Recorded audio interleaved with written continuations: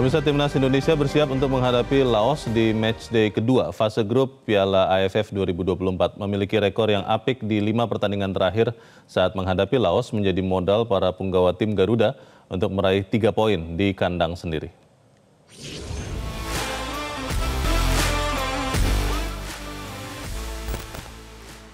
Timnas Indonesia bertekad melanjutkan hasil positif di ajang Piala AFF 2024. Menjamu Laos pada laga kedua grup B, skuad besutan Shin Tae-yong bertekad mempersembahkan kemenangan di kandang.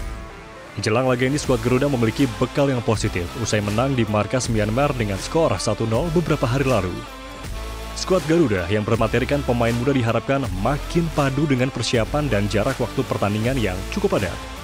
Kemenangan jadi harga mati demi menggeser Vietnam di puncak klasemen. Jelang menghadapi Laos, pelatih Shin Tae-yong mengungkap bahwa anak asuhnya dalam kondisi kelelahan dan butuh waktu untuk pemulihan.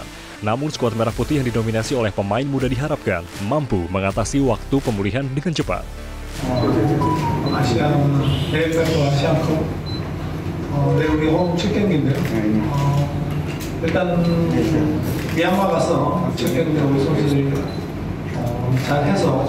일등으로 이기고 그런 거 상당히 지금 필요한 누적돼 있는데 그래도 내일 우리가 라오스랑 경기에서 Timnas Indonesia memiliki rekor apik saat menghadapi Laos.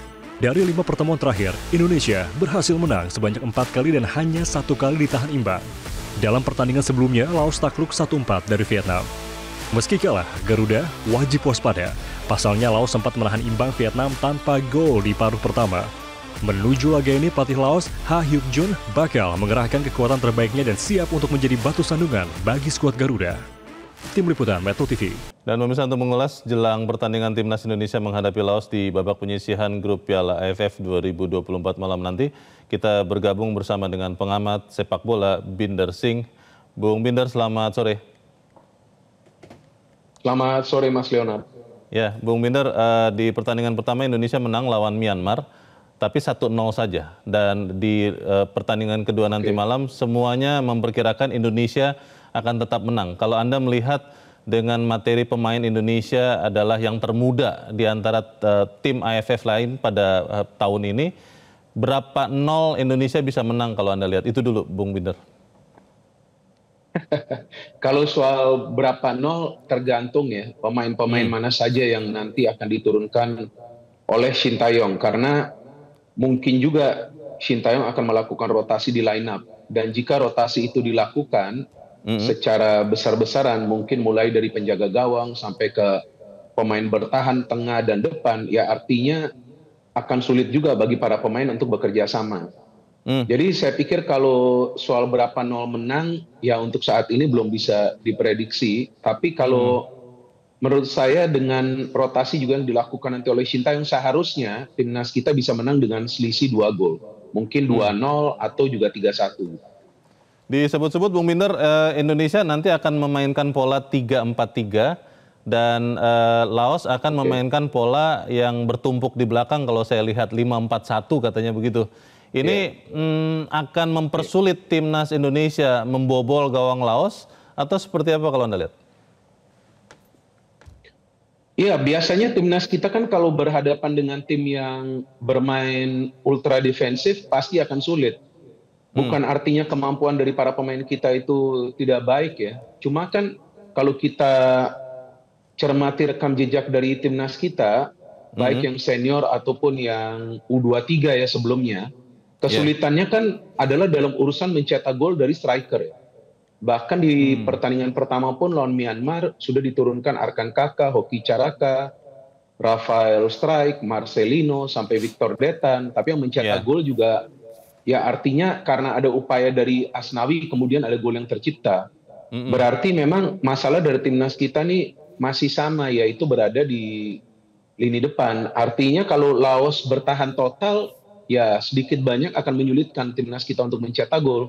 Solusinya pemain yang dari garis kedua atau garis terakhir itu harus berani juga mengambil inisiatif untuk menyerang, meskipun ya resikonya juga nanti bisa kena counter, tapi harus mengambil resiko itu karena pada saat bermain di tanah air, pertandingan pertama kita di tanah air di Piala AFF, ya pasti targetnya adalah untuk meraih kemenangan. kesulitan itu akan bisa dipecahkan pada saat para pemain itu nanti bisa bermain secara kolektif. Bung Minder, tadi Anda mengatakan tergantung susunan pemain. Kalau Anda prediksi kira-kira akan bergantung kepada siapa Sintayong pada malam nanti? Kalau saya harapkan Sintayong akan tetap menurunkan Hoki Caraka dengan Arkan Kakak di depan ya. Karena di babak pertama lawan Myanmar kan dua pemain ini sebenarnya mainnya tidak buruk juga. Cuma dua striker di depan ini tidak mendapatkan suplai bola dari lini kedua kita. Bahkan Marcelino pun harus beberapa kali mengandalkan skill individunya. Yang saya harapkan di depan nih agar terbentuk chemistry, ya dua striker ini tetap diturunkan. Apalagi kan ini dua striker yang jarang sekali mendapatkan menit bermain ya. Apalagi Arkan Kakak sudah tidak dipanggil lagi ke timnas U20. Hoki Caraka jarang mendapatkan menit bermain pada saat bermain di kualifikasi Piala Dunia. Kalau Rafael Strijk terlalu bagus untuk Piala AFF ini. Rafael Strijk ini si pemain yang terlalu bagus. Karena memang kemampuan dia kan di atas rata-rata ya. Di atas para pemain kita yang dibina di kompetisi domestik. Mungkin Rafael Strijk ini bisa dimainkan sebagai pemain pengganti nanti di babak kedua. Itu sih harapan saya, tapi nanti kita lihat pilihan dari Sintayong seperti apa. Ya, ini kalau kita bicara secara keseluruhan, Bung Binder, yang saya baca nih media Vietnam memperkirakan Indonesia tuh masih belum layak untuk jadi kandidat juara AFF karena statistik pertandingan pertama. Indonesia hanya menang 1-0 lawan Myanmar, sementara Vietnam menang 4-1 lawan Laos, sementara Thailand mencukur Timor Leste 10-0. Anda setuju juga dengan prediksi itu atau tidak, Bung Binder? Saya dari awal memang sudah mengatakan di berbagai platform bahwa untuk Piala AFF kali ini timnas kita sebetulnya tidak diunggulkan. Ya dianggap sebagai kuda hitam ya, mungkin juga dianggap sebagai underdog. Karena yang kali ini dibawa ke Piala AFF kan untuk pertama kalinya adalah mayoritas pemain yang usianya di bawah 22 tahun. Bahkan di pertandingan lawan Myanmar lalu, total pemain yang bermain di atas lapangan berikut pemain pengganti yang usianya di bawah 21 tahun itu ada 9 pemain. Yang sebelumnya belum pernah bermain di level senior di arena internasional. Jadi saya pikir jika Vietnam menganggap bahwa Indonesia tidak difavoritkan menjadi juara, ya itu wajar. Dan itu sebetulnya bagus juga bagi para pemain muda kita. Agar mereka bisa bermain tanpa beban, bermain lepas saja. Ya mereka harus bermain lepas, jangan sampai mereka punya beban bahwa mereka diharuskan juara. Nah karena kan selama ini kesulitan bagi timnas kita itu di partai puncak. Bisa lolos ke final, sudah 6 kali tapi tidak bisa menjadi juara. Kalau saya menanyakan beberapa mantan pemain, tidak semuanya, beberapa mantan pemain memang menurut mereka kesulitan itu di mentalitas dari sisi psikologi. Jadi yang saya harapkan para pemain muda ini juga jangan diberikan beban yang berlebihan. Biarkan mereka bermain sesuai dengan peran mereka, sesuai dengan rencana permainan. Tapi saya tetap punya feeling bahwa timnas kita ini bisa mengejutkan pada saat memang tidak diunggulkan.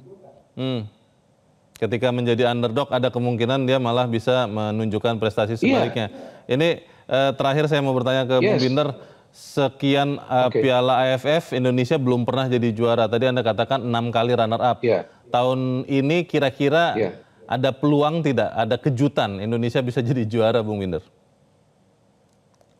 Kalau untuk juara, menurut saya sekarang belum bisa diprediksi. Karena pertandingan pertama saja kan kita belum melihat ada chemistry yang terbentuk ya di antara para pemain kita, terutama di babak pertama. Memang di babak kedua jauh lebih baik, banyak peluang yang bisa diciptakan, semakin sulit bagi Myanmar untuk menembus pertahanan dari Indonesia. Jadi kalau saya harapkan yang penting bisa lolos dulu dari fase grup ini. Nah kalau sudah bisa lolos dari fase grup, permainan semakin menyatu ya, mentalitas dari para pemain muda ini mulai terbentuk, mereka punya kepercayaan diri yang jauh lebih baik. Nah, saya pikir harapan untuk menjadi juara itu ya bisa juga mau ketemunya siapapun itu nanti di final. Tapi tim ini kan membutuhkan waktu ya Mas untuk bisa membentuk kerjasama dan juga mentalitas. Maka itu saya harapkan minimal lolos dari fase grup dulu. Baik, kita harap itu yang akan terjadi. Terima kasih Bung Binder Singh sudah mencerahkan kami pada sore ini. Selamat sore Bung Binder.